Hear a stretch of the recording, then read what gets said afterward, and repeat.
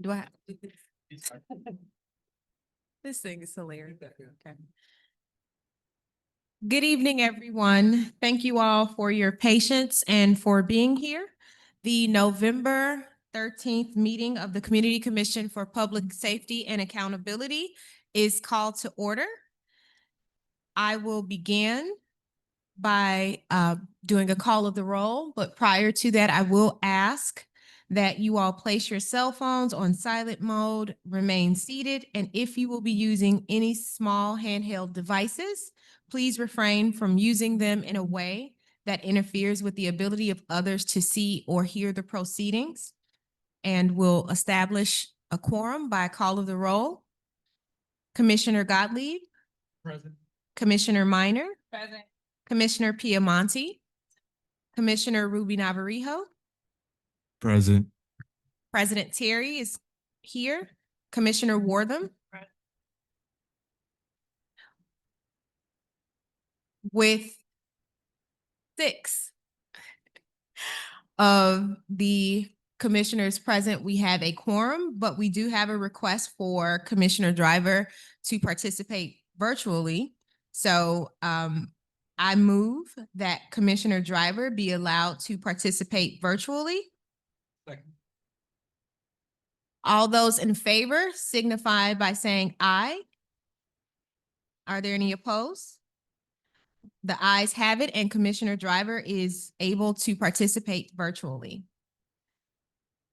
The next item of business is public comment. If you would like to share something related to the commission's work on public safety and accountability, you have a few options. You can speak at a public meeting such as this. You can also submit public comment in writing by emailing your comment to communitycommissionpubliccomment@cityofchicago.org. Or you can bring a copy of your comment to one of our commission's public meetings and give it to someone on the commission or someone on the commission staff. People who wanted to speak during the public comment period tonight were asked to submit their names in writing earlier. We currently have 2 speakers, and so once your name is called, you will be given 2 minutes to speak. And our first speaker is District Councilor Chloe Vital, and then the next speaker is Jackie Baldwin.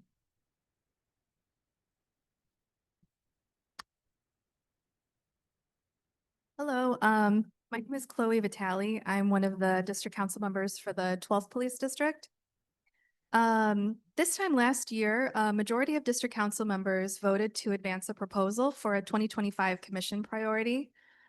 We would like for the commission to help us transfer oversight privileges from CPD's Internal Affairs Bureau, BIA, to COPA for police officers accused of hate group affiliation. A year later, we have little tangible progress on this issue to share with our constituents. An email from your staff informed us in September that you were discussing BIA's performance with the Deputy Mayor Gatewood. COPA was created because of a lack of accountability and transparency within BIA. A majority of district council members already believe that COPA is the most appropriate investigatory body for such an urgent and consequential problem as dual CPD and hate group membership. We ask you to stand with us and our communities and work with us to achieve this goal. To that end, emails and updates are not working. We urgently need to create a working relationship that goes beyond surveys and updates. We need to meet as a group, all 74 of us, and build a working relationship. The commission's work is supposed to be driven by the people. And as the elected officials representing them in this space, we district council members are your best asset. Please utilize us. Thank you. Thank you. Hi, good evening. I'm Jackie Baldwin. That's Baldwin. I've come to many of these meetings as always. Thank you for your commitment and dedication to doing this work. You know, we talk a lot about pretextual stops, and I've often heard officers speak to tools that they need to enforce laws. But this news this week that came out regarding the $172 million in settlements that have been paid out for claims tied to one officer. I am here again tonight to stress that it's most important that police accountability be a part and a priority of this work. And while I know that you cannot do anything about the settlements, I do ask that you continue to make police accountability just as much a priority as making sure officers have the tools that you believe they need to do this job. This kind of payouts and settlements for someone who's never been held accountable should be objectionable to all of us in this room and across the city. So thank you for the work that you do. And I hope that you will continue to prioritize the same level of accountability and CPD that we expect of all city employees. Thank you. Thank you. Thank you. Before I move on to the next order of business, have we received any other public comments or are there any virtual? Okay. So we've reached the end of our public comment period. Thank you again to all of the speakers. We do value your input.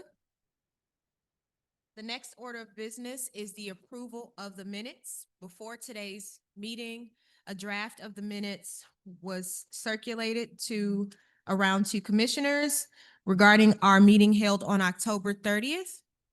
Are there any corrections to the draft minutes that have been circulated? If there are no corrections, I move to approve the minutes. Second. I've moved to approve the minutes of the commission's meeting held on October 30th. Commissioner Gottlieb has seconded. Is there any debate on the motion?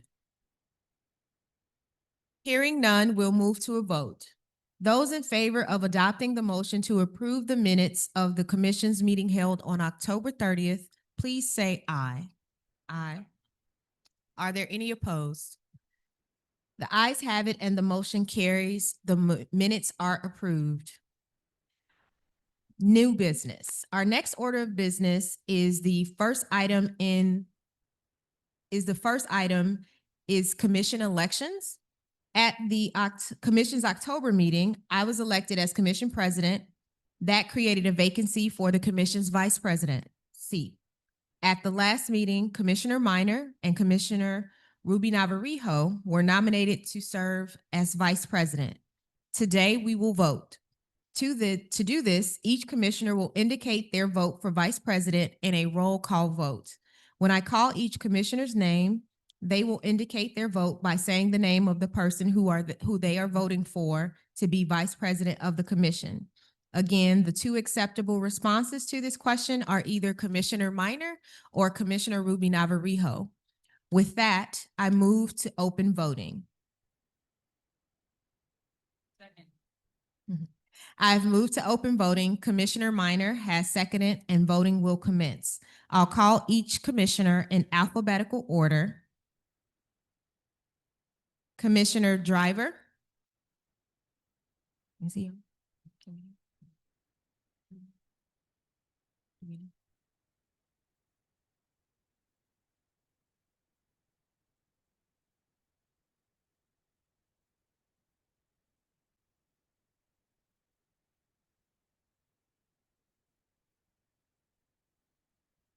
Okay, so we'll come back as they deal with technical challenges. Commissioner Gottlieb, Minor. Commissioner Minor, Minor. Commissioner Piemonte, Commissioner Ruby Navarrijo, Ruby Navarrijo. Commissioner Terry, Ruby Navarrijo, Commissioner Wortham,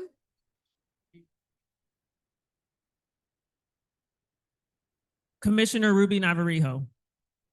all right. Do we have Commissioner Driver virtual that we can? Commissioner Driver?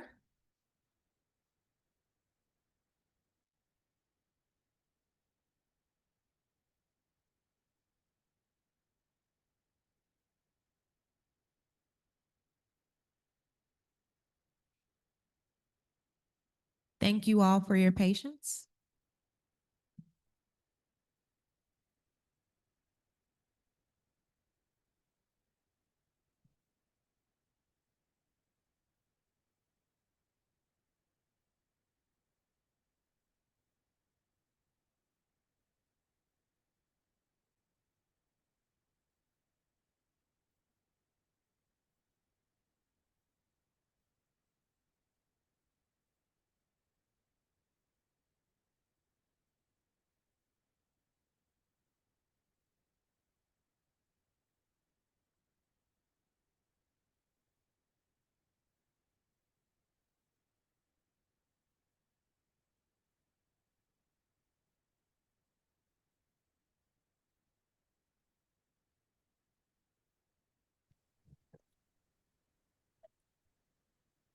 Can you all hear me? Yes. Thank you. Well, I was having technical issues. I apologize. No worry, Commissioner Driver. What is your vote? It's either Minor or Ruby Navarro. Ruby Navarro. Thank you. With Commissioner Minor having received 3 votes and Commissioner Ruby Navarro having received 4 votes, Commissioner Ruby Navarro has been elected as Vice President of the Community Commission for Public Safety and Accountability. Congratulations, Commissioner.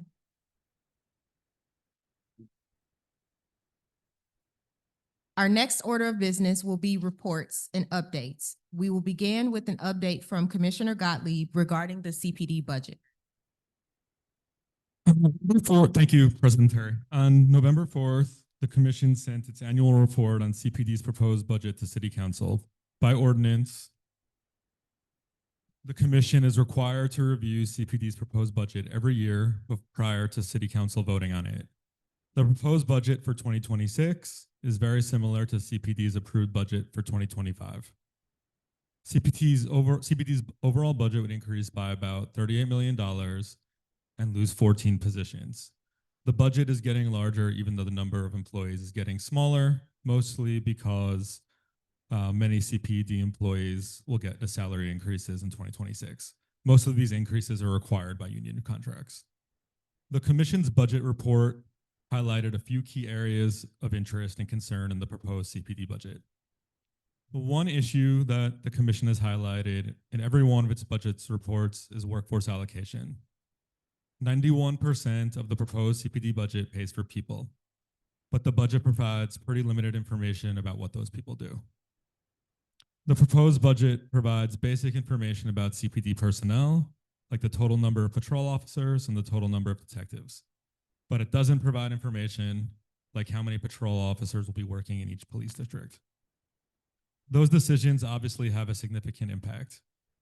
For example, response times are slower on the south and west sides of Chicago than they are on the north side, and workforce allocation decisions could have an impact on that. CPD is also doing a lot of work on community policing, and workforce allocation decisions will have a big impact on whether CPD can expand its efforts to give patrol officers more time to build relationships with community residents and work with them to identify and address public safety issues in their communities. Workforce allocation decisions also have an impact on how many police officers are assigned to each supervisor, and that can have an impact on how much mentoring and support police officers get and how much accountability there is in the system. In each of the Commission's budget reports, the Commission has called for a workforce allocation study. That study is supposed to be wrapped up early next year. The study should give CPD better tools to decide where and when police officers should be deployed. It will probably take a few years to fully implement the results of the study, but we hope CPD will start putting it to good use next year.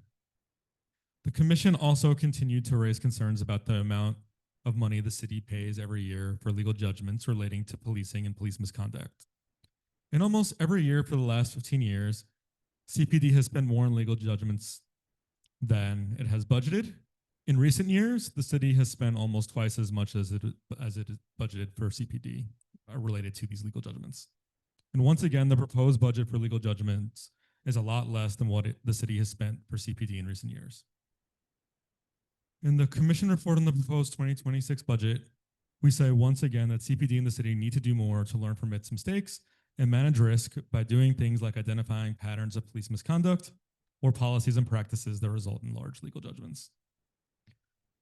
Another issue that the Commission has flagged in every one of its budget reports is the cost of overtime for CPD employees.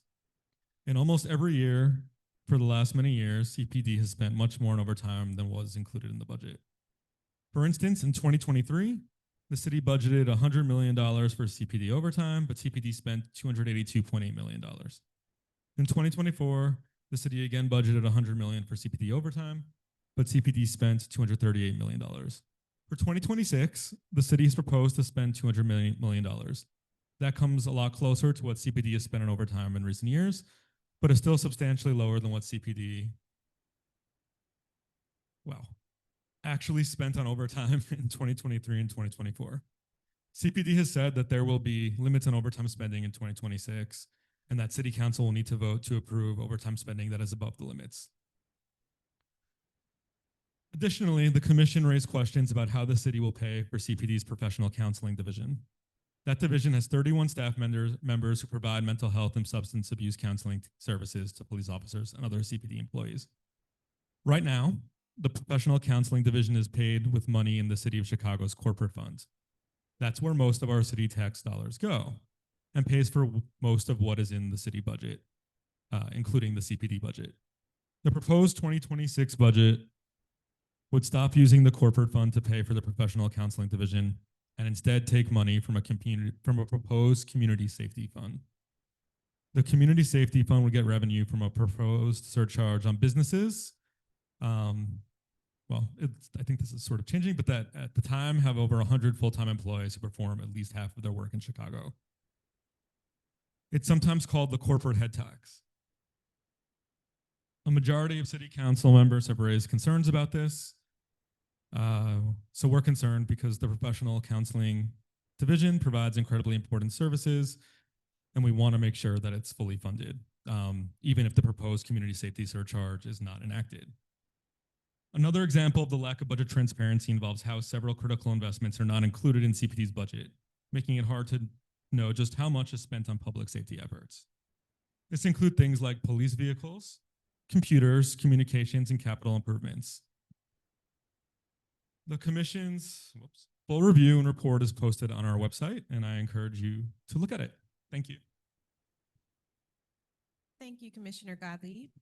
Now we will move on to an update regarding traffic stops, and I'll turn it over to Commissioner Wortham. Thank you, President Terry. So good evening, everyone.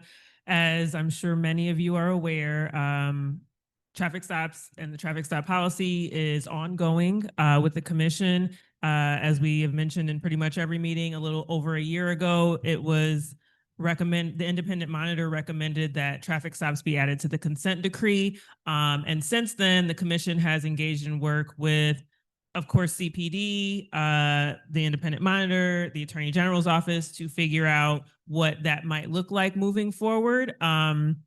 And also, of course, engage the public in various ways, various focus groups, our online feedback form to try and get feedback from the community as to what the community would like to see traffic stops policy look like. So that work is ongoing. I will say, just as I said a few weeks ago at our meeting in October, the traffic stop policy is not finished. So I would very much encourage you all and your neighbors and your friends and all Chicagoans to continue to give your feedback on traffic stops.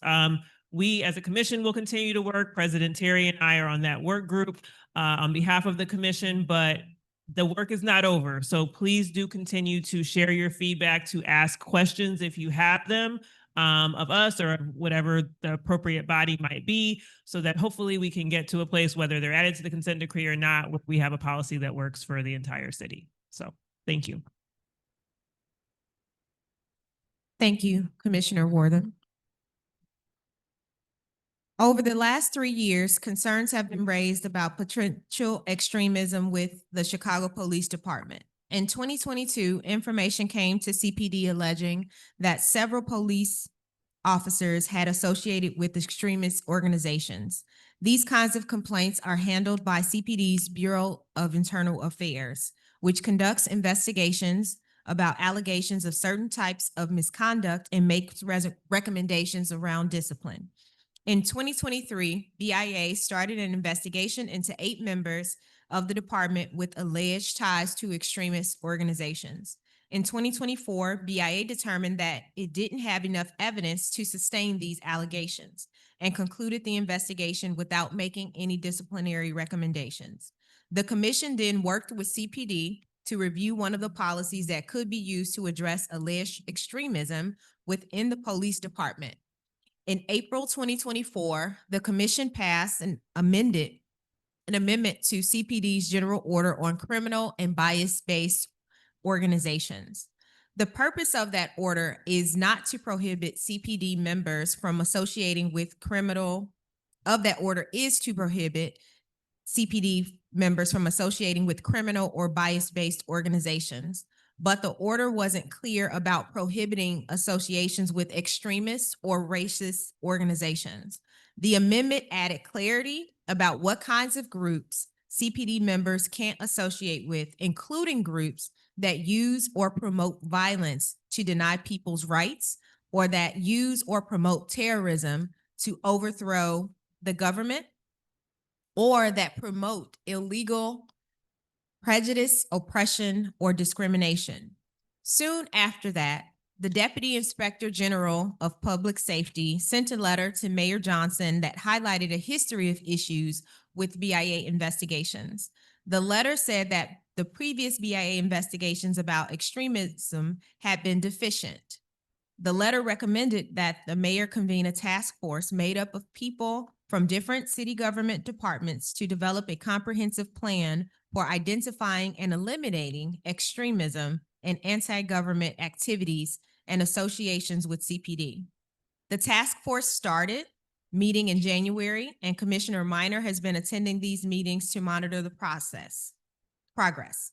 Also in January, the commission voted to approve goals for the CPD superintendent, which included the establishment of mechanisms to track complaints tied to the amended general order about criminal and bias-based organizations.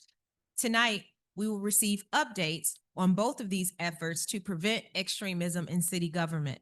Our first update will be from CPD regarding its implementation of the amended general order on associations with criminal and biased organizations. Then we will hear from the mayor's office on community safety on the extremism in government task force. First, we'll have a presentation from Deputy Chief Tracy Walker from the Chicago Police Department. Good evening, everyone. My name is Tracy Walker. I'm the Deputy Chief of the Bureau of Internal Affairs, and I'm going to be talking tonight about the updates to our policy. So thank you for having me here today. You can go on to slide 2, please. So we're going to give an update on the policy G0803 on the prohibitions on criminal and biased organizations. This policy implementation was goal number 3 in the 2025 CCPSA superintendent goals. Tonight, we'll be discussing the policy, training, and system enhancements to the case management system related to General Order G0803. Next slide, please.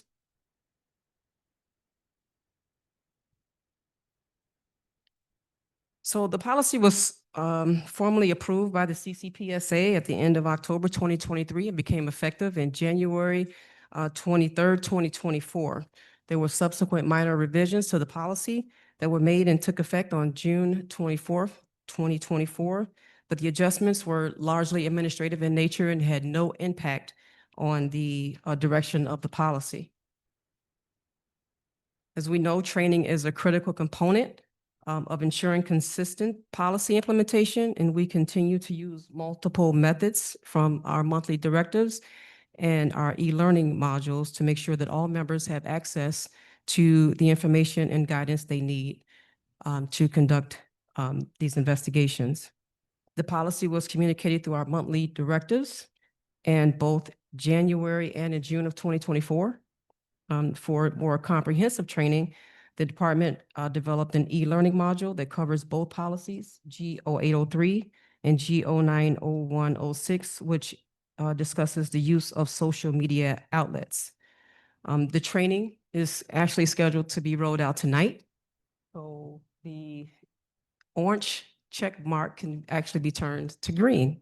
So we'll have the training that'll be pushed out through our e-learning system this evening on this policy. We have separate e-learning courses that were created specifically for the Bureau of Internal Affairs investigators. And this module is currently under review by the IMT and the Office of Attorney General. So we can go with our next slide, please. So in collaboration with COBA, the Bureau of Internal Affairs implemented a new category code within the case management system to better track affiliation cases. We have a display on how it is tracked in our case management system here on the PowerPoint above. Under the new structure, The intake member or the investigator will select affiliation in the first category of our case management system. In the second category, they would choose any of the membership. And in the third final designation, they would choose any of the above up there, which would be the criminal organization, bias-based organizations, or gang affiliation for any of those codes. The BIA quarterly report for Q2 of 2025 was recently published on the department's website. This report included allegations of membership involvement in the criminal or bias organization as defined in the policy, and it was tracked in our new system. So lastly, I would like to acknowledge our continued participation in the Mayor's Office Community Safety Task Force, with which we have been actively engaged since the beginning of this year. The task force team, after my presentation, will provide a more detailed presentation following this update. That's all I have for you guys. Thank you for this opportunity. If you have any questions for me, I'll be happy to answer any questions by the commissioners. Thank you, Deputy Chief. Are there any questions from commissioners? Yes, Commissioner Gottlieb. Thank you for coming today, and thanks for this presentation. I appreciate it. So just can you walk us through sort of what happened? So if someone is identified as being a member of one of these organizations, what happens after that? Like, what are the steps? So we take first of all, when the case comes through a formal complaint, it goes through COPA. COPA has the first right of refusal for all complaints. COPA would then push it to the Bureau of Internal Affairs for investigation. Our intake section, they review the complaint.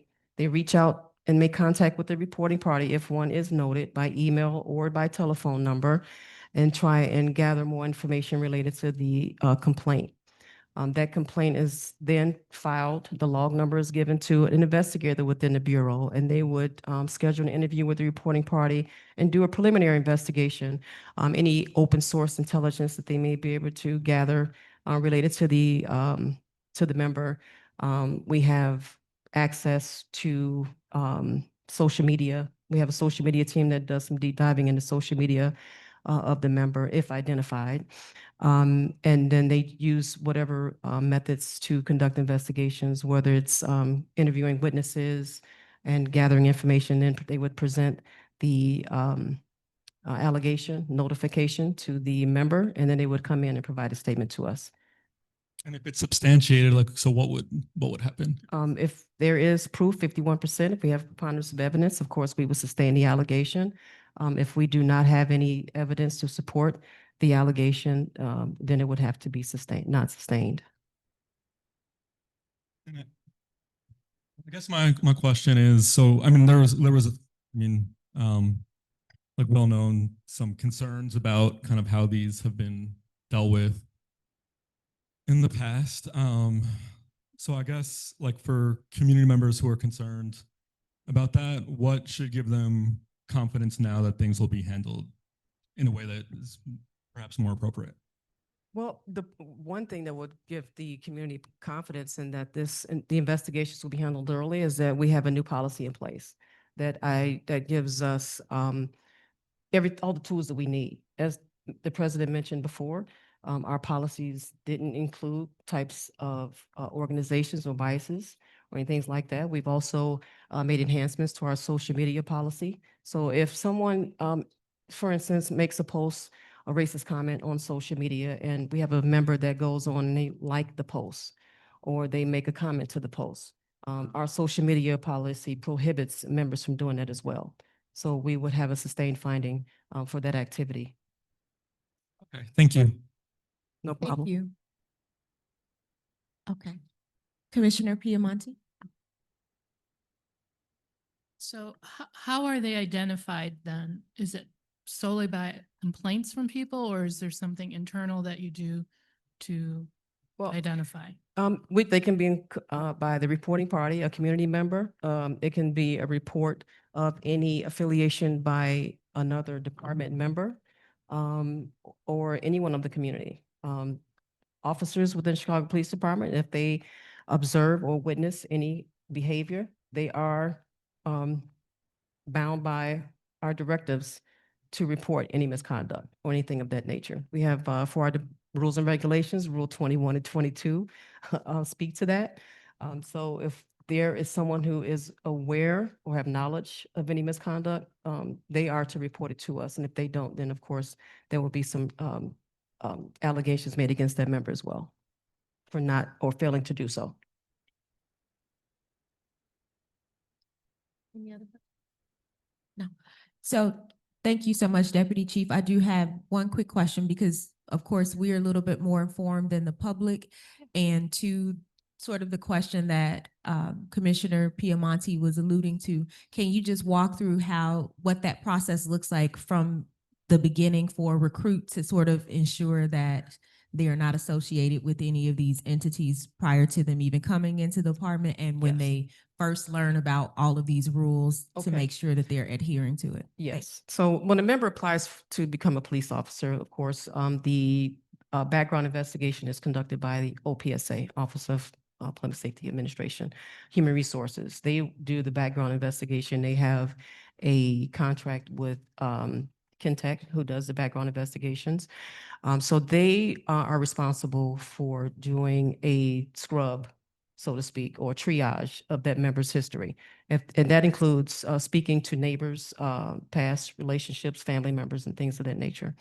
When the member comes into the police academy, they go through all types of training. Bureau of Internal Affairs, we have a 1-day session with the recruits, and we go through all of our rules and regulations with those recruit members.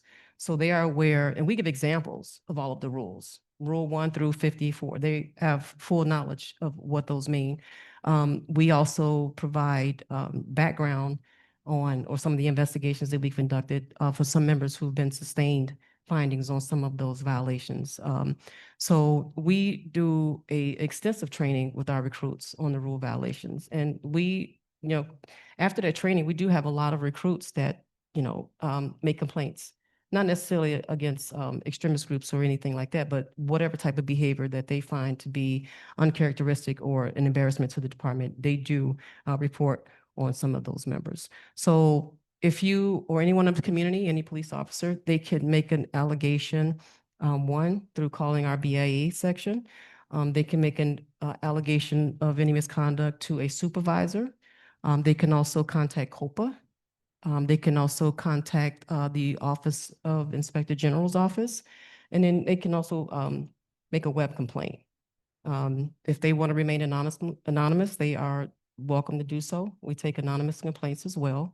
But those are the methods in which you can make a complaint of any misconduct. Thank you so much, Deputy Chief. I think that's all the questions. Okay, thank you guys for your time.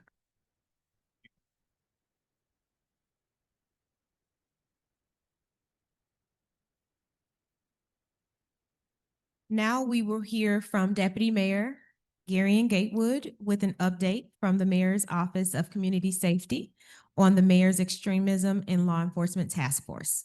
Extremism in government, looking at the whole government. Afternoon, well, evening. How we doing out here? How we doing? Doing good, doing All right. good. Thanks, I appreciate that. All right, Gary Gatewood, Deputy Mayor for Community Safety. We launched our task force to look at extremism in government back in January, officially launched. We started the work sometime before that. If you can go to the next slide, or do I have the clicker up here? So the OIG issued a report back in April calling on us to create a task force, of which we did. We did ask the OIG to be a member of it. While they aren't members of the task force, they have been helpful in some of the work with conversations with Inspector General Witzberg. So just wanted to highlight that point. And we can go over to the next page to really talk about the members of this group and how we've started our work together. So you see on this slide, the cadence and the composition of the entire task force that's working together. We have the Department of Law, obviously CCPSA. Thank you, Commissioner Minor, for all of your help and support there. Obviously, the Office of the Mayor, the Department of Human Resources, the Office of Public Safety Administration, and the Chicago Police Department.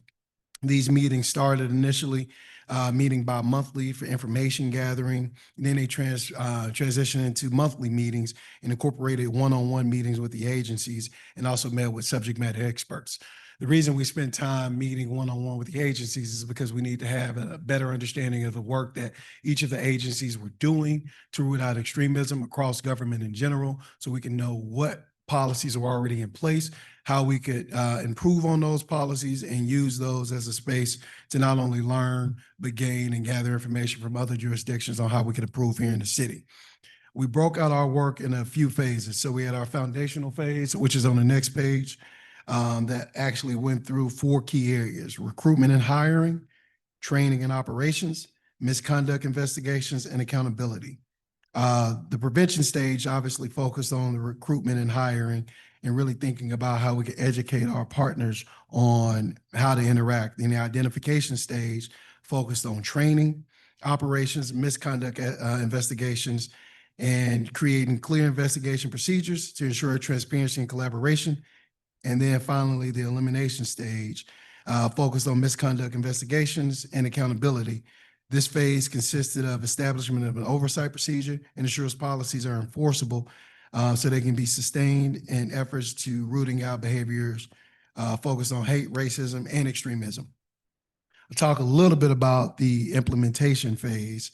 The task force met with the mayor and all agency leadership, including the superintendent, corporation counsel, Mary Richardson Lowry, DHR Commissioner Blake Moore, the Executive Director of OPSA, Era Patterson, and at that time, President Driver, but we're always happy to meet with the new President, Ramel Terry, as well, too, to really go through where we were with our work at the time, the recommendations that we had, and those recommendations, some of them are listed below. Developing a citywide policy to rule out bias, hate, racism, and extremism for all employees, increase employee awareness of the dangers of bias, hate, racism, and extremism, apply cross-department collaboration to ensure well-rounded investigations, because I think there's a lot of areas and spaces for opportunity there, update and enhance background processes and procedures, ensure proper investigative procedures for all complaints,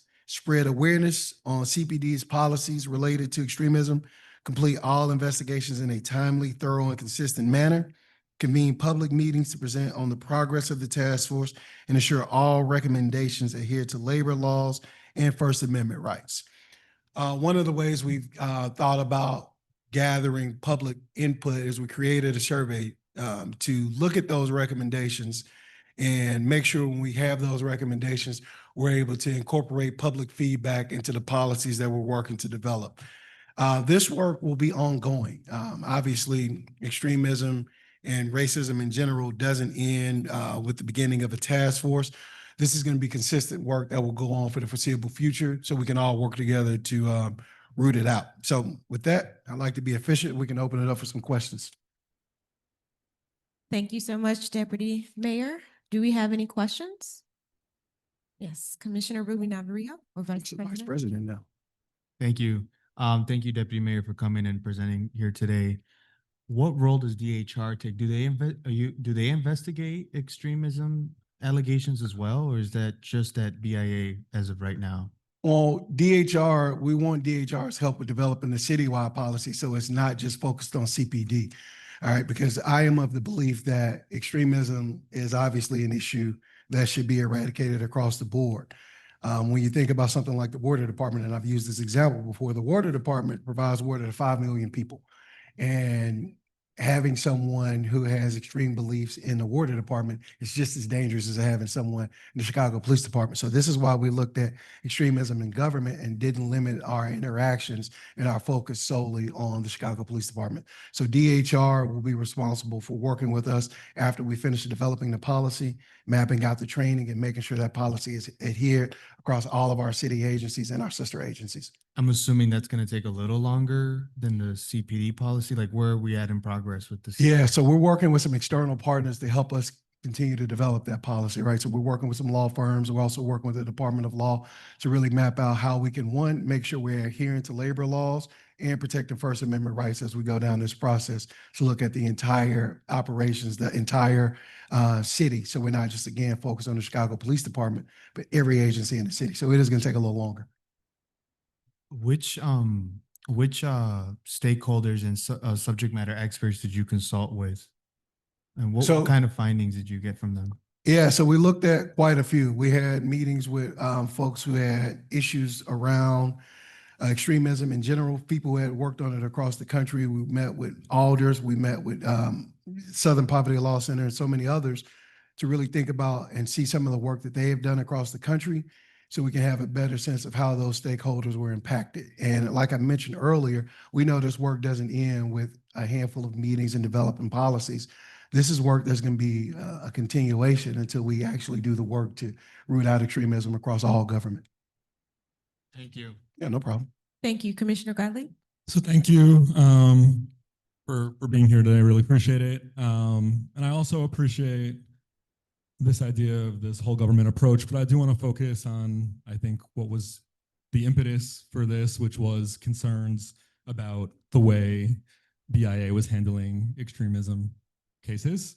The OIG raised concerns about this specifically. So I'm curious as to whether the task force has looked at BIA to see if there should be changes to BIA policy or practice. So yeah, I'll start there. Yeah, I think it's important to note, and the OIG did a very thorough investigation. I think something that's often glossed over is, Chicago Police Department asked the OIG to partner on investigations because BIA and the Chicago Police Department don't have subpoena powers. So they did ask multiple times to come together on an investigation or grant subpoena powers so they could do a deeper dive into that investigation. I think you may have seen that in the OIG report. I think there were 3 requests that went in for that. So I think we have to look towards, one, how we can have them collaborate in the future to investigate together. So I think that's a big piece of how we kind of move forward. And that's why one of the recommendations looks at cross-departmental investigations so we can really have a thorough approach to how we address any of these interactions in city government. So I guess the recommendation is not about any changes to how BIA is functioning. It's about purely just collaborating with the OIG. Is that what I'm hearing? No. The recommendation is that all city agencies work together to eradicate extremism, bias, hate across the entire operation of the entire city. I know, but I'm focused specifically on like the case of BIA. So there's, at this point, is it fair to say that there are no recommendations about changes that BIA should make? Oh yeah, because we looked at the entire form of government throughout the entire city. So we didn't focus on one department. We looked at all 30 plus agencies in the city of Chicago.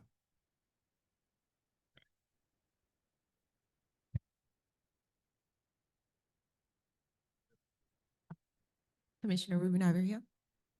Is there going to be an expectation that an intergovernmental agreement might be signed by OIG and CPD so they can work better together? Is that what you're saying? Well, I think that's something that those departments will have to explore. These are conversations that we've been able to have separately with each entity, and we'll work to bring those entities together to see what they come up with.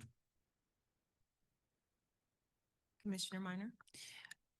Not as much as a question, but a little bit more of a statement, right? I know that in the process of us being a part of the task force, the commission did send a letter to the mayoral task force and kind of put out our recommendations and what we want to see. And the work that we do, I know that we wanted to see a deeper recommendation about BIA and figuring out about the subpoena powers. I know myself and President Terry has also had a conversation with the OIG office about the subpoena issue and what their stake was and how they share powers and what that investigation looks like.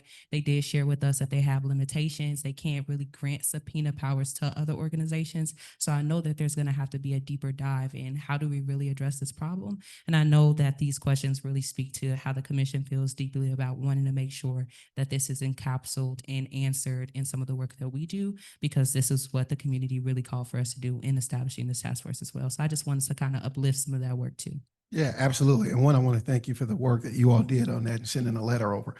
We've also talked to members of City Council and the Department of Law about this as well. So this is something that we're going to explore to see the best path forward, to figure out how we can make sure we have the most thorough investigations possible.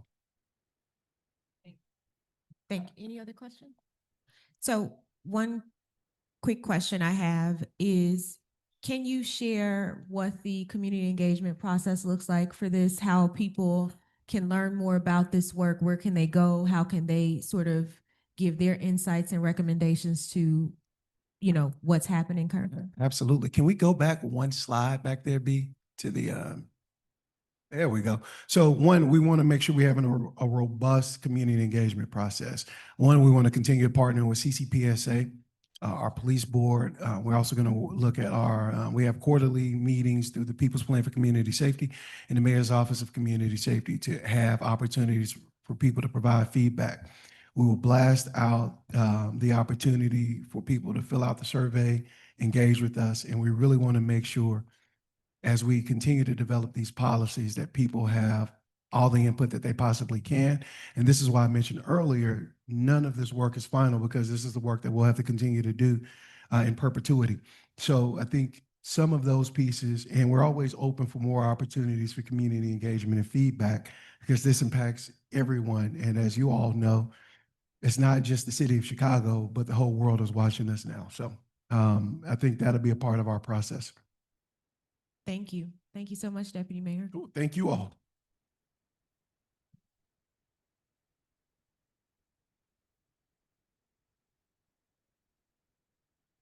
So during this session, Commissioner Minor had a quick question or statement you wanted to make? Absolutely. Thank you so much, President Terry. I just have a question as it relates to the traffic stop policy. So I know in our last meetings, we talked about how there was a recommendation to the judge for us to enter into for traffic stops to enter into the consent decree, and that there are some other stakeholders that we have to engage with in order to be compliant with the consent decree process if we are to include traffic stops in the consent decree.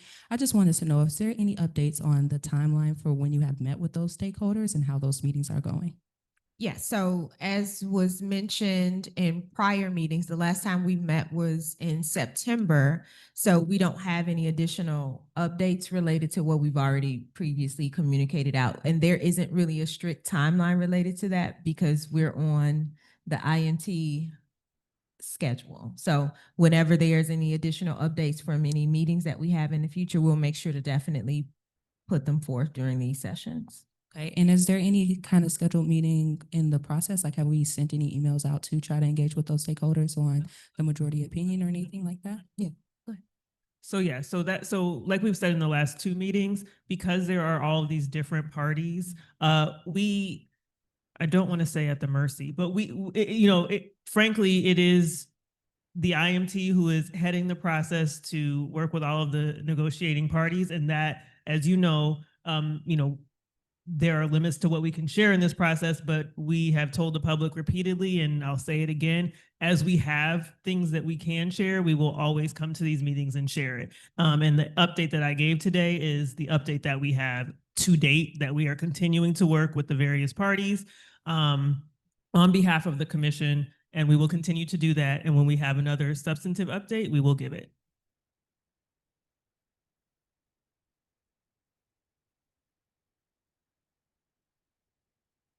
We will now move to adjournment.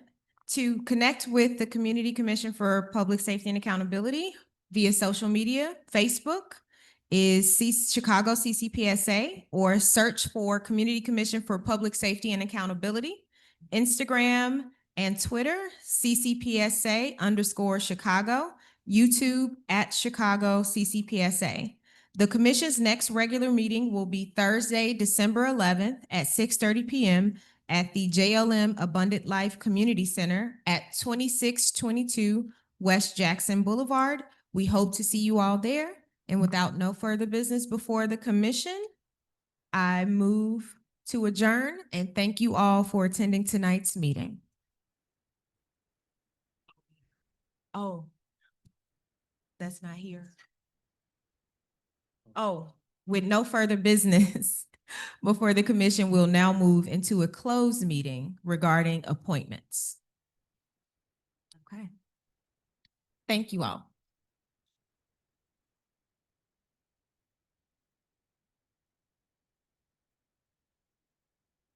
Stay here. Brian, we stay here, right?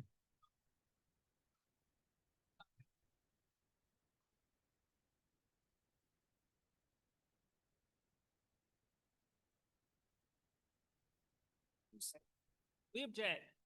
Can we just stay here? Okay. They may have it bugged, Julie. They didn't sweep. You said you know you would. That's about the news channel.